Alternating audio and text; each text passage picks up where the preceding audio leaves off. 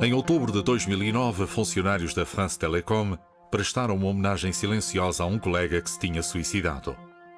O que aconteceu na France Telecom para se chegar a este ponto? Por que motivo ainda hoje psiquiatras ouvem frases surpreendentes da boca dos funcionários dessa empresa?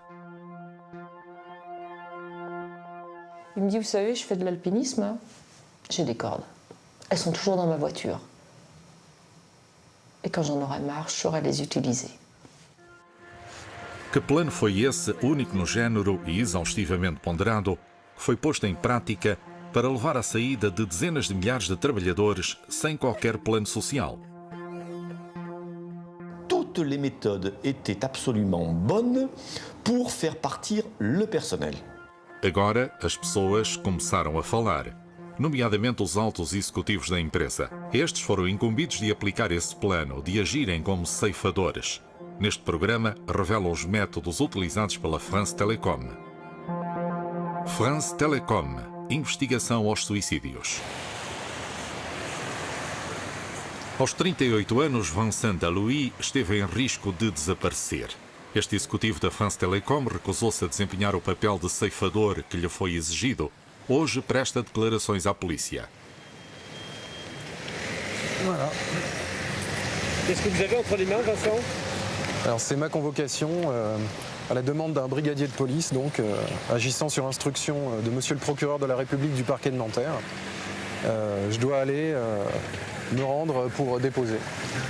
Ao fim de 13 anos de carreira, Vincent Allouy teve a coragem de fazer aquilo que o alto executivo de uma empresa raramente faz: apresentar uma queixa-crime contra a entidade patronal por assédio moral.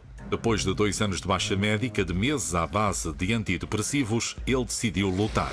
Je suis déjà au fond du gouffre. Maintenant, soit je nage et j'essaie de m'en sortir, soit... De toute façon, quand on est dans cette situation-là, soit on disparaît et on disparaît complètement. Comme certains l'ont fait. Comme certains malheureusement l'ont fait. Soit on témoigne et on fait confiance à la justice, encore une fois.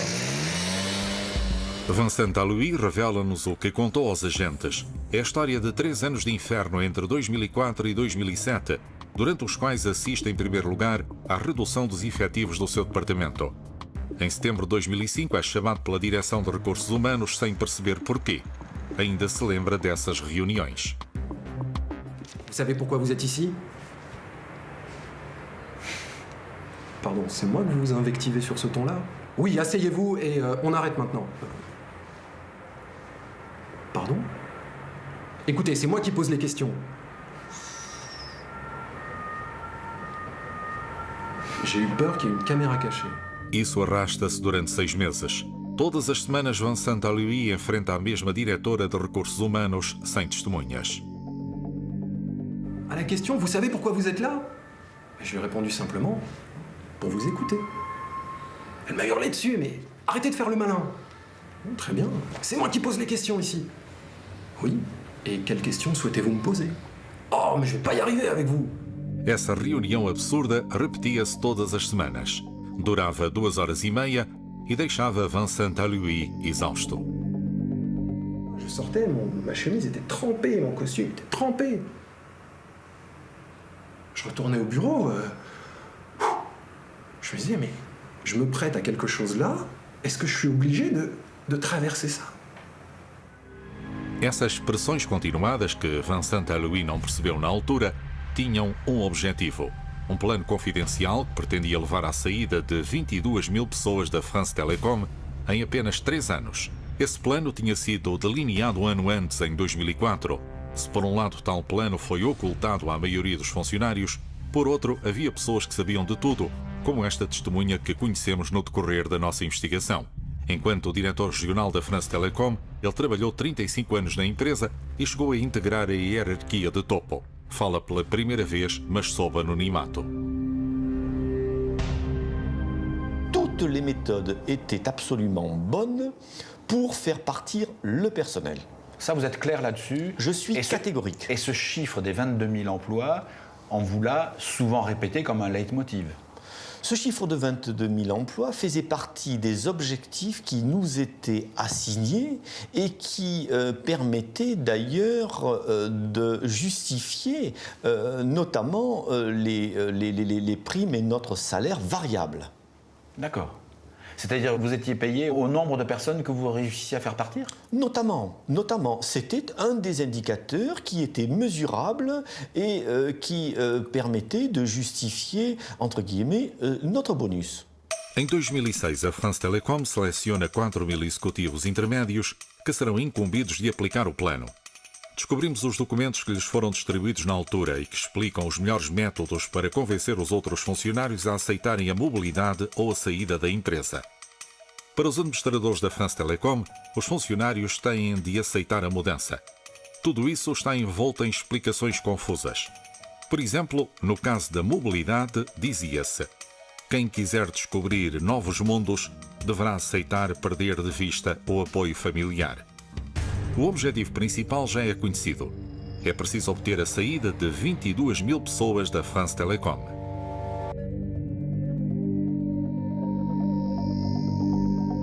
Entre esses documentos, há um que nos espanta. Compara a situação da France Telecom, atacada pela concorrência, à Batalha de Inglaterra em 1940, durante a qual os ingleses cercados travaram os nazis. Procuramos saber quem teve uma ideia dessas e chegamos à OB5, uma das empresas de coaching que prestou serviços para a France Telecom. Pourquoi comparer, par exemple, la situation de France Télécom à la bataille d'Angleterre? Alors là, c'est vrai que c'est un peu troublant. Hein, la symbolique est forte. A pergunta sobre a Batalha de Inglaterra parece deixar a nossa interlocutora constrangida. Ela explica-nos que não percebemos o documento. Não teria nada de bélico, seria antes uma questão de solidariedade. Là-dedans, c'est à un moment donné un exemple sur le fait que dans la bataille d'Angleterre, il y a une coopération qui se crée entre le mécanicien et le pilote, qui était quelque chose de nouveau dans la manière de conduire son avion et qui est une manière de résister à quelque chose qui est à un moment donné un danger externe. Et donc ils ont développé à cette occasion-là une manière de faire qui était différente et qui nous paraissait intéressante. Pedimos a Vincent Louis que ouvisse a resposta da formadora da OB5. Em 2006 tinha realizado estágios para os altos executivos da France Telecom e chegou a utilizar esse documento. Une manière de faire qui était différente et qui nous paraissait intéressante. On est en train de réécrire l'histoire, là. Par rapport à ça, oui, parce que... Ok. Ce cabinet de consultants qui parle de solidarité, moi, enfin, je suis écœuré. Je suis désolé, mais je suis écœuré. Nulle part on parle de solidarité. Vincent Louis mostra-nos outro documento, frequentemente apresentado durante os estágios. Esquema que apresenta a France Telecom pressionada pelos concorrentes e, portanto, em estado de guerra. Le schéma, quand même, est assez violemment semblable à l'Angleterre, qui est écrasée par le feu ennemi, le feu allemand, et avec une puissance démesurée par rapport à sa capacité de riposte et sa capacité de défense. Et l'Angleterre va s'en sortir quand même. Et l'Angleterre va s'en sortir quand même. Mais on ne nous parle nulle part des sacrifices, on ne fait nulle part le bilan des morts, et cette personne nous parle de solidarité entre les mécaniciens et les pilotes. On est en guerre contre des ennemis qui viennent piller notre chiffre d'affaires. Para enfrentar o inimigo, a administração da France Telecom preparou métodos draconianos de gestão de recursos humanos, mas não o disse abertamente. Para perceber melhor, fomos ao Conservatório Nacional das Artes e Profissões, onde leciona o psiquiatra Christophe Dejour, dos maiores especialistas em stress laboral. Mostramos-lhe os documentos. Desconhecia-os, mas não ficou surpreendido, pois já ouviu as mesmas expressões em conversas que manteve com administradores da France Telecom. Diziam constantemente estar em guerra. Ils savent très bien ce qu'ils font, et de façon parfaitement cynique, ils disent « Écoutez, monsieur, vous êtes bien gentil, vous êtes professeur, vous êtes médecin, vous êtes tout ça, mais nous avons des responsabilités de dirigeants. Nous dirigeons le monde économique. Alors de toute façon, il n'y a pas d'omelette sans casser des œufs. Si nous voulons gagner la guerre, il y aura des morts, c'est comme ça. » On est pas. Il n'y a pas d'état d'âme à avoir là-dessus. Quem não quisesse aplicar esses métodos bélicos era esmagado, mesmo que pertencesse aos mais altos quadros. Foi o caso do diretor regional que conhecemos na nossa investigação. Foi alertado por um colega que tinha a cabeça a prémio. Je te préviens, je suis mandaté au plus haut niveau pour te dire que, très exactement cela, tu n'as plus rien à attendre de l'entreprise. L'entreprise te détruira. Ici, il n'y a pas de micro, il n'y a pas de caméra. On fera tout pour te détruire. Il faut que tu partes. À partir de là, j'ai vu autour de moi mon propre encadrement qui ne me reconnaissait plus. Comme un pestiféré. Comme un pestiféré. O diretor regional percebe então que estão a fazê-lo pagar pela recusa em ser um ceifador da empresa. Alguns meses mais tarde é chamado à sede da France Télécom em Paris. O diretor de recursos humanos repreende-o por se ter atrasado um dia, ameaça-o com uma infração grave e obriga-o a assinar uma carta de demissão com efeitos imediatos. Je leur ai dit clairement, il y avait 2 personnes en face de moi, vous êtes des salauds, je ne veux plus entendre parler de vous, je ne pouvais pas imaginer un instant que vous étiez capable de faire ces choses-là. Je suis prêt à signer n'importe quoi, mais je ne veux plus vous voir, je ne veux plus travailler dans ce contexte. Quand j'ai signé, j'étais mort, j'étais épuisé, j'étais liquéfié, j'étais en sanglots. J'étais tué complètement. Aparentemente, vários altos executivos tiveram o mesmo tratamento e acabaram por ceder. Ici, j'en connais je ne sais combien qui sont partis parce qu'ils étaient épuisés, ils n'en pouvaient plus. Je connais des cadres supérieurs ici qui sont restés 2 ans en dépression. Et qui, au moment de se mettre la corde au cou, ils ont vu le patron, ils ont dit bon, mais ça y est, on va se suicider. On les a laissés tranquilles. Et puis ils sont partis 2 ans en dépression. Foi isso que levou milhares de funcionários da France Télécom a recorrerem a psiquiatras. Em Grenoble, Brigitte Fonlebrette atende alguns desde 1995.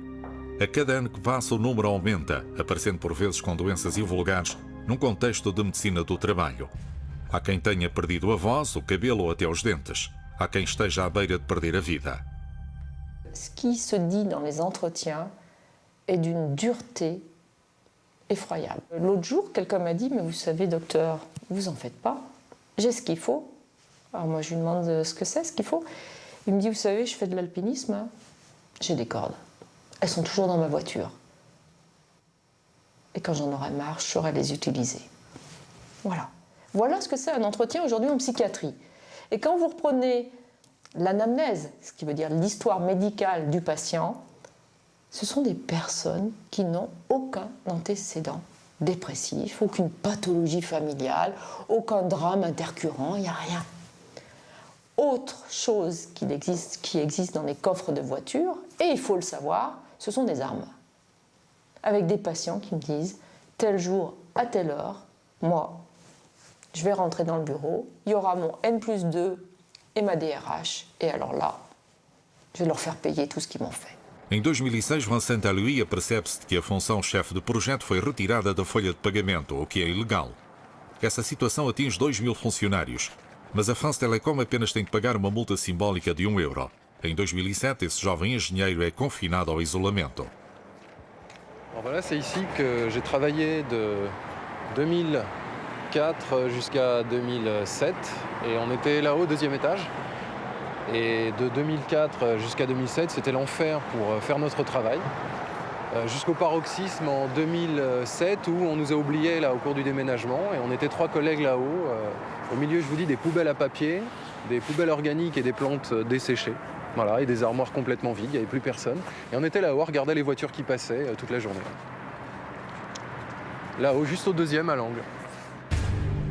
Os 3 engenheiros dão por si num edifício desocupado de Montrouge, sem computadores, telefones ou tarefas atribuídas. Não arriscam sair do gabinete com medo de lhes marcarem falta. Nos primeiros dias, pensando tratar-se de um engano, Vincent Allouy desloca-se às novas instalações em Issy-les-Moulineaux. para onde foi transferido todo o seu departamento de inovação. Je suis venu ici pour occuper mon nouveau bureau, les nouveaux locaux. Et là, on nous a dit non, non, monsieur, vous ne faites pas partie du personnel, votre badge n'est pas activé, donc je ne peux pas vous laisser rentrer. Alors que tout mon service était déjà là-haut, installé et prêt à travailler. Os 3 engenheiros esquecidos tiram estas fotografias e denunciam a inusitada situação através de um oficial de justiça. 2 inspetoras do trabalho vão até lá e encontram os 3 homens sozinhos no edifício desocupado e confirmam que o acesso ao novo edifício, em Issy-les-Moulineaux, lhes está vedado. L'inspection du travail se présente ici avec mon collègue et physiquement, le RH l'empêche d'entrer sur le site. Il lui met la main sur la poitrine et lui dit « Non, monsieur, vous ne faites pas partie du personnel » devant l'inspection du travail. Enfin, on marche sur la tête. Durante 3 meses não recebem qualquer resposta da administração às cartas registadas, à exceção desta carta do superior hierárquico que admite ter afastado voluntariamente os 3 engenheiros. Excelentíssimo senhor, acusa a recepção das várias cartas registadas que me endereçou. Efetivamente, como pôde constatar, durante a mudança em curso, não foi transferido para Issy-les-Moulineaux. À ce moment-là, moi j'ai déjà grillé un fusible. Je suis suivi par un toubib et qui me dit clairement, je crois que là, il faut arrêter les dégâts, quoi. Il faut arrêter les dégâts, ça dure depuis trop longtemps. Vincent Alioui e colega acabam por apresentar queixa por assédio moral contra a France Télécom. A inspeção do trabalho procedeu da mesma maneira. Vincent Alioui cedeu, como aconteceu a muitos outros. A France Télécom já o tinha previsto. Este documento de 2006 é uma ferramenta que permite aos quadros da empresa saber com antecedência as fases psicológicas pelas quais o trabalhador vai passar. O trabalhador a quem terão de anunciar a mobilidade ou a saída da empresa. Numa primeira fase, o trabalhador começa por recusar, pode eventualmente revoltar-se. De seguida ficará triste, desesperado e depressivo. Cabe ao gestor convencê-lo progressivamente a aceitar a decisão. O problema é que muitos nunca conseguiram sair da fase de depressão e morreram.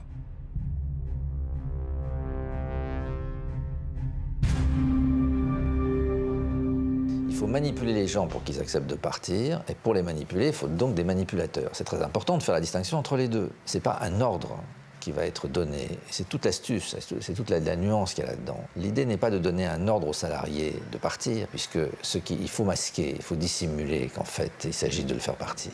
Tout est feutré, tout est transformé. Manipulation, c'est aide.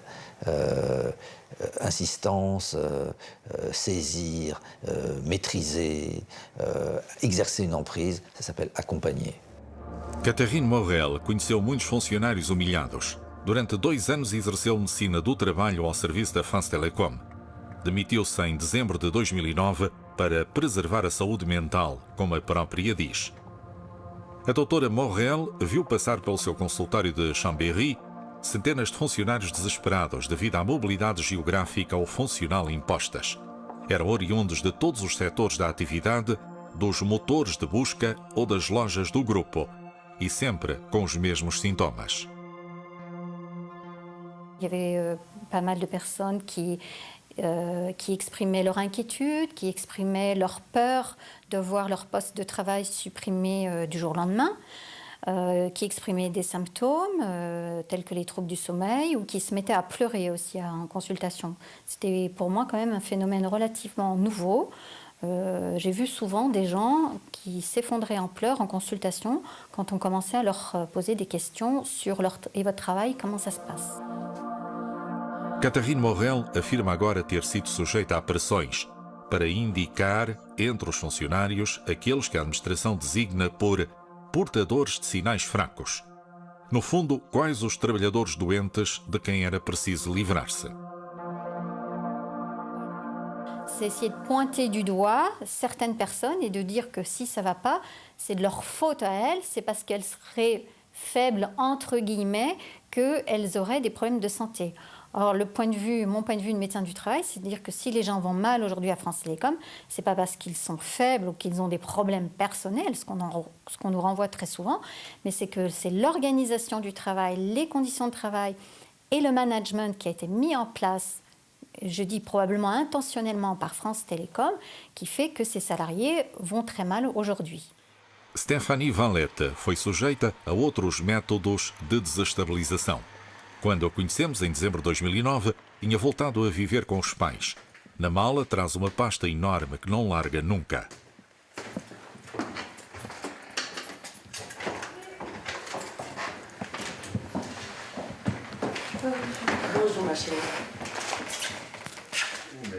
Contém documentos que resumem alguns anos de vida passados na France Télécom em Montpellier.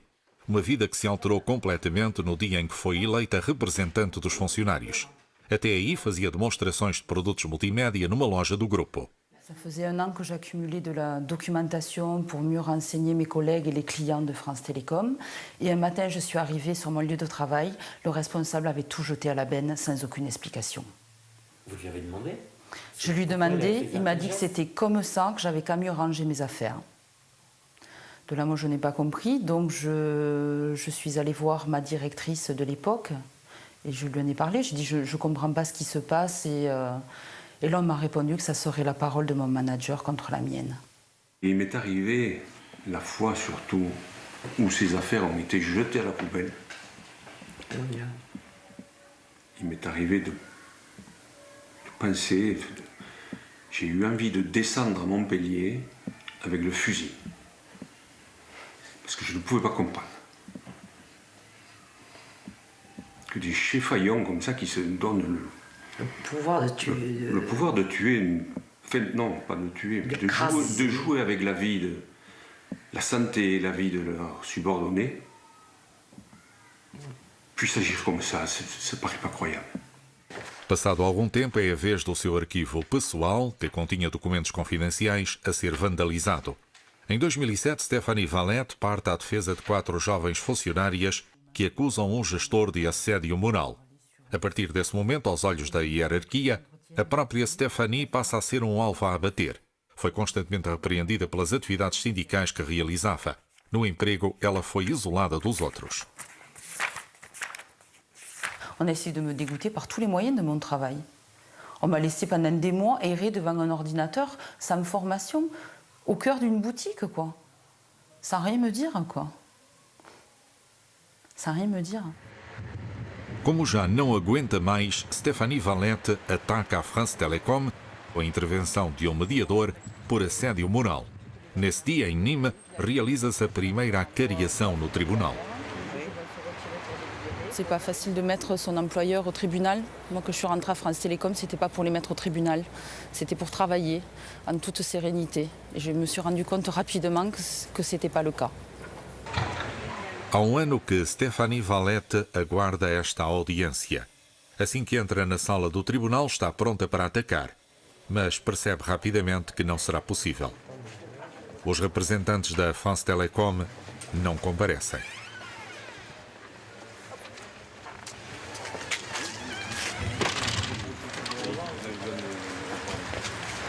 Spécialiste avec eux. Courage. Voilà, une fois de plus, France Télécom se défile, quoi. Voilà, elle fait tout pour augmenter la pression.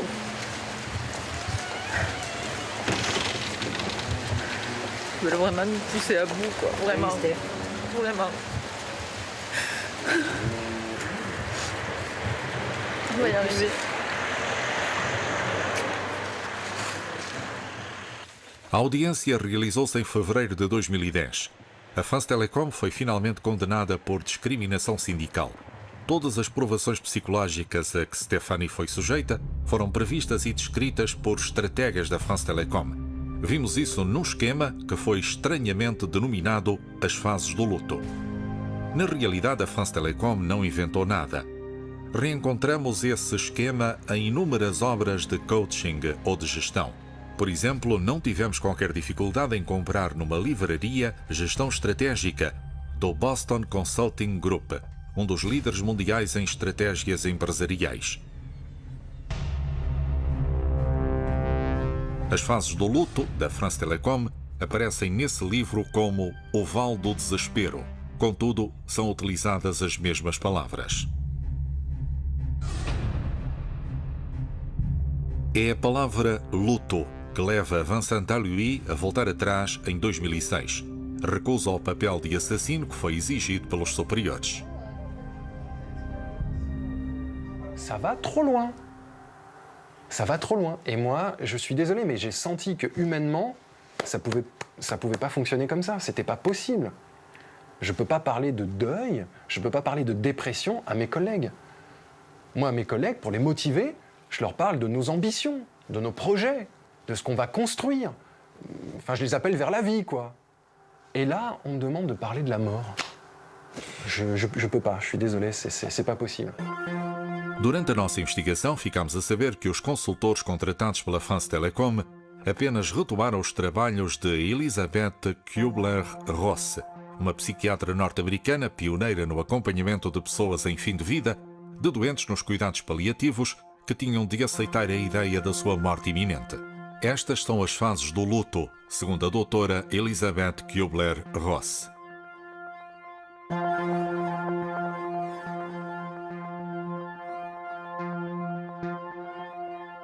E esta é a curva, estranhamente parecida, divulgada pelos estrategas da France Telecom. É uma curva que ganha subitamente outra amplitude quando pensamos nas dezenas de suicídios de trabalhadores no espaço de escassos meses. Moi, je pense qu'ils ont presque, enfin, je sais pas, mais j'ai une intuition qu'ils ont presque calculé le risque suicidaire et ils l'ont un petit peu approché. Je pense qu'on peut certainement penser que certains statisticiens ont prévu à France Télécom combien il y aurait de morts. Je pense. C'est terrible. Oui, c'est terrible. Ao longo da nossa investigação, tentámos falar com Didier Lombard, o antigo presidente, e com Stéphane Richard, o novo responsável máximo do grupo, desde março de 2010. Não quiseram responder-nos. Para além disso, o acesso às instalações da France Telecom Orange, nos mais variados lugares, foi-nos negado. Por fim, acabamos por ser recebidos na Orange Village, em Arcueil. Tínhamos encontro marcado com a diretora executiva da Orange France, Delphine Ernotte. A nossa primeira pergunta dizia respeito ao plano para acabar com 22 mil postos de trabalho em 3 anos, lançado em 2004. Sim, era um objetivo fixado pela administração. Sim, os gestores incumbidos de aplicar esse plano eram recompensados pelo número de trabalhadores que deixavam a empresa, nomeadamente através de prémios. Alors, au moment du plan Next, les départs dont vous parlez, les 22 000 départs qui d'ailleurs... sont devenus 30 d'ailleurs. Non, bon 22 000 départs ah bon qui ont aussi été compensés par des recrutements externes oui. Pendant la même période, à peu près 7 000 recrutements externes. C'était un enjeu qui a été affiché dès le départ. Donc ce n'est pas quelque chose qui s'est fait de manière cachée. C'était un enjeu et un objectif pour l'entreprise. Donc que les directeurs régionaux aient eu un enjeu au milieu de plusieurs autres, le chiffre d'affaires, le business, la qualité de service, un enjeu sur ces départs-là, oui. O problema foi que os trabalhadores de que a empresa queria livrar-se, como Vincent Alioui, por exemplo, aceitaram muito mal os métodos utilizados. Dire à un moment à un salarié, écoute, voilà, il y a une proposition pour toi en dehors de l'entreprise, d'une certaine manière, c'est comme une cassure, une brisure. Parce que ce lien à l'entreprise, particulièrement à France Télécom, il est extrêmement fort. Et qu'aucun de nous n'a imaginé, en arrivant, en rentrant dans cette entreprise, être un jour dans cette situation où il fallait la quitter.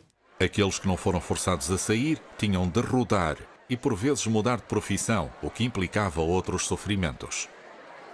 Évidemment, on a demandé des choses très difficiles aux salariés. Vous en avez parlé, changer de métier, moi, ils me le disent, c'est très difficile. Parce que quand on rentre, parce qu'on a décidé d'avoir une carrière technique et qu'à un moment on vous demande de travailler dans un centre d'appel qui n'est pas forcément votre vocation, ça c'est ressenti très durement. Pour certains, ça a été insupportable. Alors est-ce qu'on avait anticipé ça ? Est-ce qu'on avait compris à quel point, pour certaines personnes, ça pouvait représenter un drame ? Non, non. A administração não terá antecipado os dramas que aconteceram. Contudo, o documento intitulado As Fases do Luto parece provar o contrário. Nele fala-se de desespero e de eventual depressão do trabalhador. Alors, qu'est-ce que c'est ce document-là, cette courbe que vous me montrez ? C'est une courbe de psychologie, si on peut dire, qui explique les différentes phases pour accepter le changement. Et je crois que c'est précisément parce qu'on avait conscience qu'on demandait beaucoup aux salariés qu'on a souhaité former les cadres, alors peut-être maladroitement, hein, mais à accompagner les salariés dans le changement. Maintenant, de là à se dire que certains allaient craquer, non. Delfina Renota confirma-nos que estão em curso negociações com os sindicatos e que os acordos já estão assinados, em particular quanto à mobilidade dos trabalhadores. A administração da France Telecom acaba por enfrentar esses sindicatos na barra do tribunal. O Ministério Público de Paris abre o inquérito na sequência de um relatório bastante grave de uma inspetora do trabalho ao qual conseguimos ter acesso. Ela escreve: notei também que a administração da France Telecom foi alertada inúmeras vezes para a existência de riscos psicossociais graves dentro da empresa. E ainda que, na sequência desses avisos, a administração da France Telecom não tomou as medidas necessárias para evitar ou limitar os riscos para a saúde mental relacionados com a organização do trabalho. A especialista em Direito do Trabalho, Karine Martin-Studor, representa vários trabalhadores da France Telecom. Est-ce qu'il y aurait une infraction pénale? Je vous dis clairement oui, parce qu'il y a un élément intentionnel, un élément matériel et un élément moral. Oui, ça rentre très bien dans le cadre du délit de harcèlement moral, et j'irai même plus loin, ça rentre dans le cadre de la mise en danger d'autrui. Até agora, só a acusação de assédio moral foi aceita na Justiça. Perante as acusações, a administração da France Telecom optou pelo silêncio. Em outubro de 2009, realizou-se o funeral de Didier Martin, um engenheiro da empresa em Lannion, que acabou com a própria vida. Entre janeiro e setembro de 2010, 11 trabalhadores da empresa escolheram suicídio. Locução: Alberto Ramos, Dialectos.